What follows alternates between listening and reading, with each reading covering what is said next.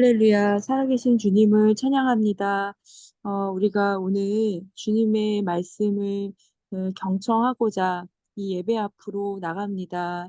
주님, 주님께서 우리 한 사람 한 사람 각자에게 필요한 말씀을 부어주시고, 우리 또한 그 말씀에 온전히 순종하여서 우리가 이 시간에 예배로 끝나는 것이 아니라 우리 삶에서도 주님의 말씀을 로 예배해 드리는 삶이 되어질 수 있도록 우리 한 사람 한 사람 인도하여 주시옵소서. 주님, 저희에게 어 하나님의 심정을 날마다 새롭게 하여 주셔서 우리가 그 하나님의 심정으로 이 세상을 온전히 살아갈 수 있도록 도와주시고, 그리하여 우리의 삶과 우리의 인격이 온전히 주님을 닮아가는 삶이 될 수 있도록 주님 축복하여 주시옵소서. 이 시간 예배의 모든 것들을 주님께 맡겨드립니다. 말씀을 전하시는 교수님께 성령의 충만함으로 기름 부으셔서 이제 주님의 말씀을 온전히 대언케 하여 주시옵시고, 또 이 시간 찬양과 기도와 모든 순서마다 주님께서 기름 부으셔서 주님께 향기롭게 드려지는 예배가 되어질 수 있도록 주님이 인도하여 주시옵소서. 함께하여 주시는 주님께 감사와 찬양을 드리며 예수 그리스도 이름으로 기도드렸습니다. 아멘, 아멘. 예, 우리 오늘 본문 말씀은 에레미야서 45장 1절서부터 5절인데 우리 혜진 자매님이 3절, 샤니아 자매님이 2절 해가지고 5절 읽어주시면 감사하겠습니다. 유다의 요시야 왕의 아들 요아야김 넷째 해에 네리야의 아들 바룩이 에레미야가 불러주는 대로 이 모든 말을 책에 기록하니라. 그때 선지자 에레미야가 그에게 말하여 이르되, 바룩아, 이스라엘의 하나님 여호와께서 내게 이같이 말씀하셨느니라. 내가 일찍 말하기를 바로다, 여호와께서 나의 고통에 슬픔을 더하셨으니 나는 나의 탄식으로 피곤하여 평안을 찾지 못하도다. 너는 그에게 이르라. 여호와께서 이와 같이 말씀하시기를, 보라, 나는 내가 세운 것을 헐기도 하며 내가 심은 것을 뽑기도 하나니 온 땅에 그리하겠거늘 내가 너를 위하여 큰 일을 찾느냐? 그것을 찾지 말라. 보라, 내가 모든 육체에 재난을 내리리라. 그러나 내가 가는 모든 곳에서는 내가 너에게 내 생명을 노량물 주듯 하리라. 여호와의 말씀이니라. 아멘. 아멘. 예, 어, 오늘 예레미야서 45장 1절에서부터 5절의 말씀을 가지고 이 본문에 등장하는 사람 이름 바룩이라는 제목으로 이제 말씀을 나눠보기를 원합니다. 오늘 1절에 보면 유다의 요시야 왕의 아들 여호야김 넷째 해에 네리야의 아들 바룩이 예레미야가 불러주는 대로 이 모든 말을 책에 기록하니라, 이렇게 써 있죠. 바룩은 당대의 서기관이었는데 예레미야 선지자의 말씀을 받아 적은 사람이죠. 서기관이라는 것은 사실 지금으로 치면 학자죠. 요새는 뭐 공교육이 있어서 한글 아무나 쓰고 뭐 하지만 사실 이 글을 쓰고 기록하고 그리고 그렇기 때문에 많은 문서들을 보게 되고 연구할 수 있고 이런 사람들이 이제 학자들이 되죠. 이 바룩에 대해서는 많은 기록이 있지 않습니다. 이 에레미야서에 등장하는 바룩은 에레미야서에 밖에 등장하지 않아요. 그리고 에레미야서에서도 이 사람에 대한 얘기가 거의 없습니다. 몇 군데 한 3장에서 4장 정도에 잠깐씩 등장하는데 그럼에도 불구하고 오늘 이 말씀을 통해서 우리가 이 바룩이라는 사람을 들여다보고 그를 통해서 우리가 배울 수 있는 하나님께서 우리에게 주시는 말씀을 들어보기를 원합니다. 사실 이 바룩과 예레미야가 살았던 시기는 매우 험난한 시기였죠.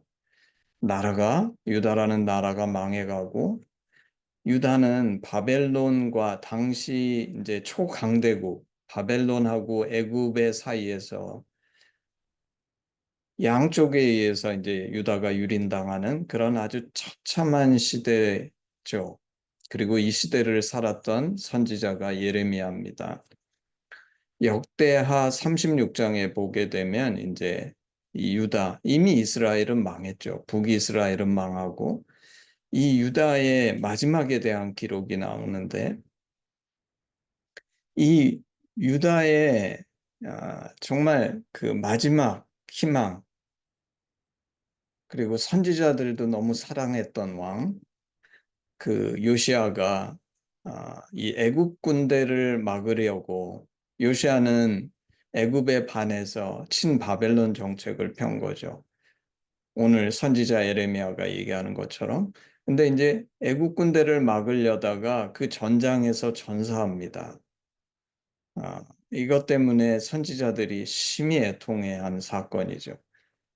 그리고 그 장남 여호아하스가 이어서 왕이 되지만 석 달도 안 돼서 왜냐하면 요시아가 전장에서 죽었으니까 이스라엘 군대가 애국 군대한테 패한 거잖아요. 이때 애국 군대는 사실 이스라엘과 전쟁을 하려고 온 것이 아니라 당시 등장하고 있는 신흥 강대국 바벨론과 전쟁을 하겠다고 가는데 요시아가 그걸 막아선 거죠.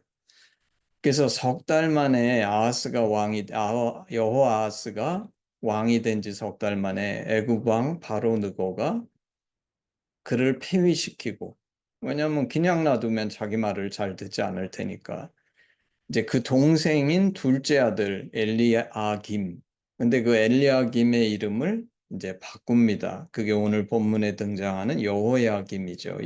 여호야김으로 이름을 고쳐서 왕으로 세우고 그 첫째 아들인 여호아스는 애굽으로 잡아가죠. 그러니까 바벨론이 가만히 있을 리가 없죠. 바벨론 왕 느부갓네살이 다시 이제 왜냐면 친애굽 정권이 들어선 거니까 유다를 칩니다. 그래서 유다에서 많은 것들을 탈취해 가고 그리고서 그 여호야김은 11년인가 통치하고 죽게 되는데 그 아들 여호야긴이 8살에 이제 왕이 되지만 또 석 달 열흘 만에 바벨론의 침공에 의해서 이 여호야긴은 바벨론으로 사로잡혀 가고 그 바벨론이 다시 세운 왕이 이 시드기야죠. 유대의 마지막 왕. 이 시드기야는 그 여호야김의 자식이 아니라 아까 말했던 유다 왕 요시아의 여호야김의 동생이죠. 그 동생인 시드기야로 왕을 삼습니다. 그러니까 매우 암울한 시기죠.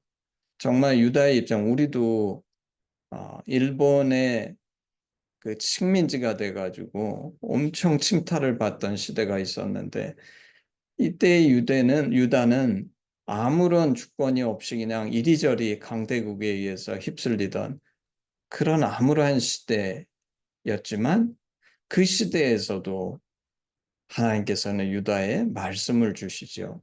선지자 예레미야를 통해서 이것은 단순히 우리에게 뭐 이웃을 사랑하라 이런 일반적인 말씀이 아니라 굉장히 구체적이고 실제의 삶에 있어서 이들의 운명을 좌우할 수 있는 구체적인 말씀. 그게 뭐였냐면 이 바벨론이 전 세계를 지배하는 초강대국이 되니까 그 바벨론을 섬기라는 말씀을 주세요.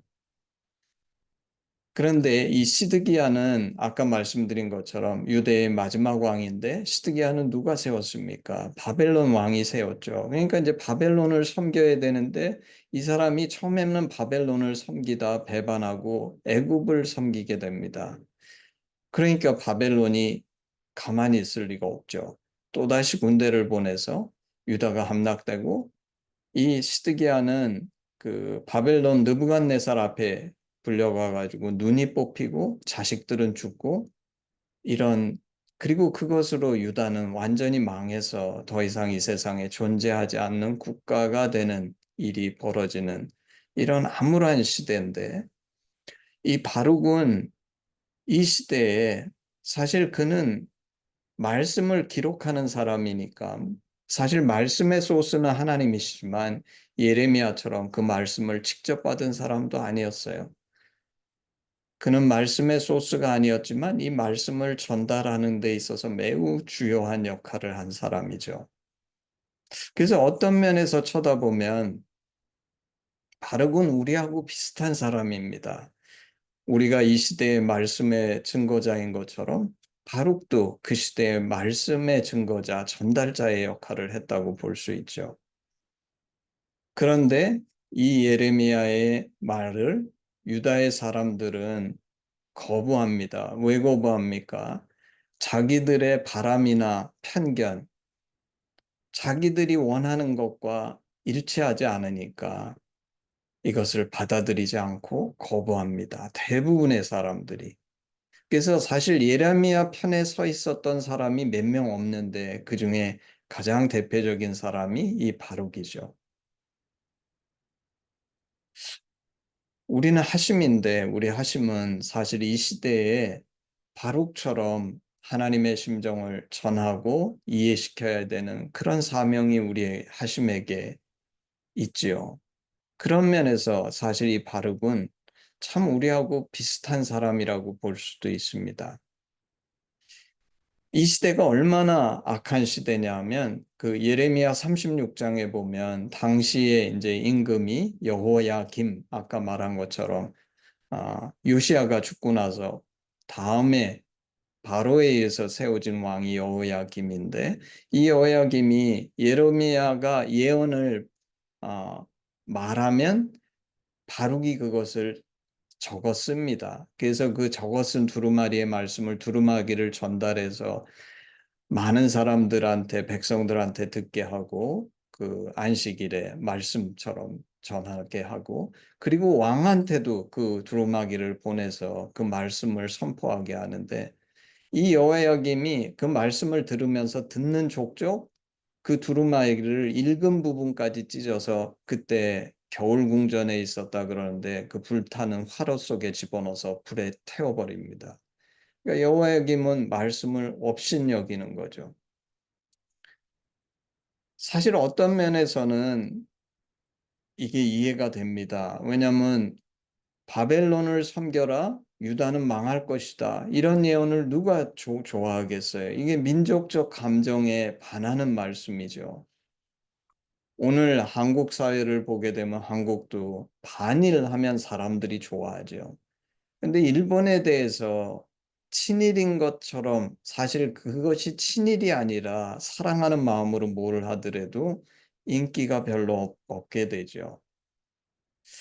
우리는 이것을 보면서 나는 과연 이 시대에 시대의 감정을 쫓아가는가 아니면 하나님의 말씀을 쫓아가는 사람인가 깊이 한번 반성해 봐야 될 것입니다. 말씀드린 것처럼 바룩은 이 예레미야의 곁에서 예레미야의 말씀, 하나님의 말씀을 받아 적은 서기관이었는데 우리가 이 예레미야서를 읽어보면 예레미야는 좀 전에 얘기한 것처럼 여호야김이 그렇게 예레미야가 하는 예언에 대해서 싫어했는데 그래서 그 왕의 뜰에 감금되기도 하고 여러 가지 그다음에 구덩이에 집어넣어지기도 하고 하는 불이익을 당하는데 바룩이라고 편안했을 리가 없죠. 바룩도 사실 비슷한 처지지 않습니까? 왜냐하면 동조자니까 예레미야가 하는 말을 그 옆에서 받아든 쓴 사람이니까. 그래서 예레미야서의 한 부분에서는 사람들이 예레미야를 숨길 때 바룩도 숨깁니다. 근데 이런 정말 사실 저도 이제 우리가 세상을 살다 보면 리더십이나 지도자에 대해서 옳지 않다고 생각해도 그거를 말하기 쉽지 않죠. 그것으로 인한 불이익들이 많이 올 수 있기 때문에. 근데 그럼에도 불구하고 그가 예레미야와 함께 했을 뿐만 아니라 그 말씀을 받아 적은 것을 볼 때 이 바룩은 분명 예레미야가 하나님의 선지자라는 믿음이 있었고 하나님의 말씀을 진심으로 사랑하고 믿었기 때문에 가능하지 않았을까. 그렇지 않았다면 생명의 위협이 있을 수도 있는 그런 상황 속에서 이렇게 할 수 없었겠죠. 더불어서 그는 유다, 그 에레미야의 말씀이 뭐냐면 유다가 바벨론을 섬겨야 된다는 것이고 유다가 이를 거부하면 망할 것이라는 말씀을 받았으면서 얼마나 많은 인간적인 고민과 갈등이 있었겠습니까? 그게 이제 오늘 3절에 표현되어 있죠. 내가 일찍이 말하기를 화로다. 여호와께서 나의 고통에 슬픔을 더하셨으니 나는 나의 탄식으로 피곤하여 평안을 찾지 못하도다. 정말 바룩에게 말할 수 없는 그 고민이 있었을 것 같습니다.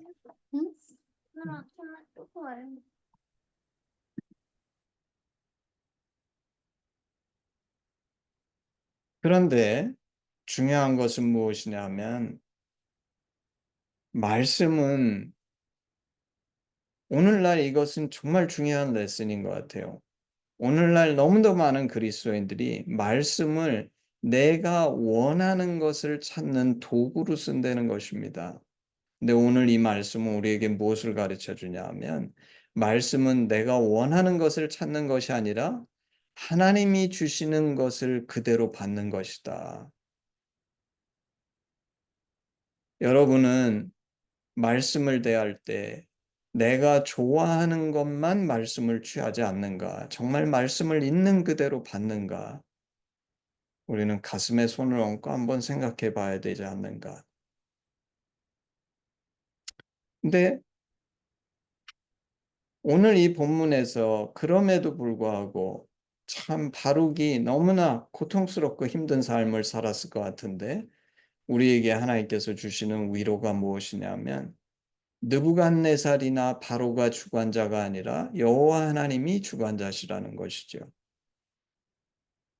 우리는 종종 이 온전한 세계, 하나님이 주관자 되신 세계를 보지 못하고 세상만 쳐다보면서 육신의 눈으로 쳐다보면 마치 미국 대통령이 아니면 어떤 사람이 주관자라는 착각을 할 수 있겠지만 그렇지 않다는 것입니다.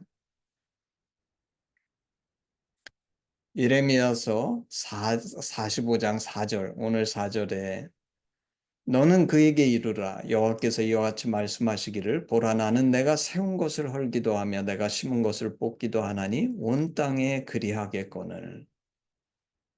그래서 사실은 느부갓네살이 그 나라들을 다 침공하고 멸망시키고 정복할지라도 그가 주관자가 아니라 여호와 하나님이 주관자시라는 것이죠. 그리고 두 번째 우리가 본문에서 찾을 수 있는 레슨은 우리는 종종 내가 질 수 없는 거대한 문제를 지고 고민합니다. 그런데 이것에 대한 주님의 답이 명백하지요. 스스로의 감정으로 자기를 위해 큰 일을 찾는 그런 어리석음을 버리라는 것입니다. 5절 내가 너를 위하여 큰 일을 찾느냐 그것을 찾지 말라 보라. 바룩의 역할은 예레미야의 말씀을 적어서 전하는 것입니다. 쓸데없는 짐을 자기 스스로 지고 고생하는 어리석은 자가 되지 말라는 것이죠. 우리 주님께서도 마태복음 11장 28절에 이렇게 말씀하셨습니다. 수고하고 무거운 짐진 자들아 다 내게로 오라 내가 너희를 쉬게 하리라. 사실은 내가 이렇게 고민하고 근심할지라도 한 가지도 바꿀 수 없는데 근데 그런 쓸데없는 짐을 우리는 너무나 많이 지고 고민한다는 것입니다. 이 말의 뜻이 그러면 그것에 무관심한 사람이 되라 그런 것은 아니죠. 아마 예레미야도 마찬가지고 바룩도 마찬가지고 많은 기도를 했을 것입니다. 우리는 주관자 되신 하나님께 우리의 간구로 올려드릴 수 있지만 그것을 나의 짐으로 질 필요는 없다는 것이죠. 세 번째, 오늘 말씀에서 하나님은 유다와 주변 나라들의 사실 오늘 예레미야서는 정말 거대한 얘기입니다. 지금으로 친다 그러면 앞으로 지금 미국과 중국이 경쟁하고 있고 러시아가 우크라이나를 침공해서 그 중요한 나라들의 미래와 역사에 대해서 다루시는 얘기를 하는 것이 예레미야서인데, 근데 오늘 사실 본문은 너무 신기한 본문이죠. 그런 거대한 국가들의 얘기를 하시면서 오늘 이 챕터는 한 챕터가 5절밖에 되지 않지만 이 챕터에서 한 인간 바룩을 하나님께서 잊지 않으시고 다루고 계신다는 겁니다. 그리고 그에게 생명의 구원을 약속하시죠. 오늘 성경 본문에 이렇게 써 있습니다. 5절. 내가 너를 위하여 큰 일을 찾느냐? 그것을 찾지 말라. 보라, 내가 모든 육체에 재난을 내리리라. 그러나 내가 가는 모든 곳에서는 내가 너에게 내 생명을 노량물 주듯 하리라. 여호와의 말씀이니라. 본문에 내 생명을 노량물 주듯 하리라 이렇게 써 있는데 이게 특이한 표현이죠. 제 생각에는 아마 이게 노량물은 가령 노량물에 많은 곡식이 있다 그러면 그 곡식을 키우는데 얼마나 많은 정성과 노력과 또 수확하는데 수고가 들어갑니까? 그러니까 그렇지만 노량물은 거저 얻지요. 그래서 아마 자신의 노력이나 수고가 아닌 그냥 하나님이 주시는 선물로 거저 그 생명을 얻는다는 것을 하나님께서 이렇게 표현하신 거 아닌가 싶어요. 이제 정리를 하기를 원합니다. 제가 볼 때 지금 세계는 정말 격동의 시대로 들어가고 있는 것 같습니다. 한국과 전 세계를 볼 때 몇 년 전에 영국이 EU에서 탈퇴하고 지금 러시아와 우크라이나의 전쟁이 있고 이스라엘과 하마스의 전쟁이 점점 더 확전되고 있고 미국은 아직 대통령이 다시 되지는 않았지만 트럼프가 자국 우선주의에서 전 세계에서 후퇴해가지고 우리는 고립주의를 택하겠다는 그런 기조가 나타나고 있는 이 시대에 제가 살았던 어떤 시대보다 더 변화가 무쌍하고 앞날을 예측할 수 없는 그런 정말 격동의 시대로 들어가고 있는 것 같습니다. 그런데 이런 이 시점에서 저는 네 가지 적용을 하기를 원합니다. 첫 번째. 우리가 이 시대가 어떻게 변해갈지에 대해서는 미리 알 수 없겠지만, 그렇지만 반드시 기억해야 될 것이 있는데, 그것이 뭐냐면, 이 땅에 어떤 나라나 어떤 사람도 주관자가 아니라는 것입니다. 첫 번째 적용. 오직 우리 주님만이 주관자시다. 그리고 우리가 아는 것처럼 우리 주님은 선하시기 때문에 이 하나님은 사실 이 시대가 아무리 격동의 시대라 할지라도 유대가 겪었던 그런 참남한 그 격동, 그 시대하고는 비교도 할 수 없죠. 근데 그런 엄청난 풍랑 속에서도 바룩의 생명을 구원하시는 하나님이 우리 하나님이시다. 너무나 놀라운 일이죠. 우리 인간은 대를 위해 소를 희생하지만 왜냐하면 무능하니까. 근데 하나님은 전능하신 하나님이시기 때문에 결코 그렇지 않으신다. 그래서 우리는 두려워하거나 걱정할 필요가 없고 이 하나님을 나의 하나님으로 신뢰하고 이 하나님을 믿어야 한다. 이게 이제 첫 번째 적용입니다. 두 번째 적용은 하나님이 유다의 그 격동의 시절에 구체적인 말씀을 주신 것처럼 분명히 우리 하나님은 역사의 주관자시기 때문에 이 시대에도 구체적인 말씀을 주시고 인도해 가시는데 문제는 내가 과연 이 하나님의 말씀을 들을 귀가 있는가 이거죠. 그래서 적용 두 번째는 나는 편견을 뛰어넘어서 하나님의 말씀을 바로 듣는가 이게 두 번째입니다. 내가 듣고 싶은 말씀 그 완전히 망했던 여호와의 김 시드기야처럼 자기가 듣고 싶은 말씀, 내 입맛에 맞는 말씀만 찾는가? 아니면 정말 나의 편견을 뛰어넘어 하나님이 하시는 말씀을 듣는가? 세 번째 적용은 오늘 바룩에게서 본 것처럼 내가 질 수도 없고 지지도 않는 그런 거대한 문제를 가지고 고민할 것이 아니라 바룩이 말씀을 쓰는 역할을 했던 것처럼 나의 역할, 내가 해야 될 일에 충실하자. 말씀을 읽고 적고 기억하고 묵상해야 한다. 그리고 바룩처럼 세상의 편이 아니라 말씀의 편에 서야 된다는 것이죠. 우리는 종종 스스로를 과대평가하거나 너무나 과소평가하는 경향이 있는데 그것이 아니라 나를 지나치게 과대평가하지도 않고 과소평가하지도 않고 충실하게 지금 나에게 맡겨준 하나님의 역할에 충실히 감당하자. 특별히 우리 하심은 하나님의 심정을 온전히 바로 전하는 것이 그 소명인데 그 소명을 감당할 때 우리에게 참 생명이 있을 것이다. 네 번째 적용. 우리는 바룩처럼 이 말씀을 소중히 여겨야 한다는 것입니다. 말씀을 쓰고 읽고 암기하고 그리고 더 나아가서 오늘 바룩처럼 말씀에 목숨을 거는 것 같은 분명한 결단이 있어야 한다. 그리고 그럴 때에 우리는 이 주님의 말씀을 들을 수 있을 것입니다. 이 말씀으로 오늘 말씀을 마무리하기 원합니다. 내가 모든 육체에 재난을 내리리라. 그러나 내가 가는 모든 곳에서는 내가 너에게 내 생명을 노량물 주듯 하리라. 아멘. 아멘. 예, 우리 헌신 찬양 하겠습니다.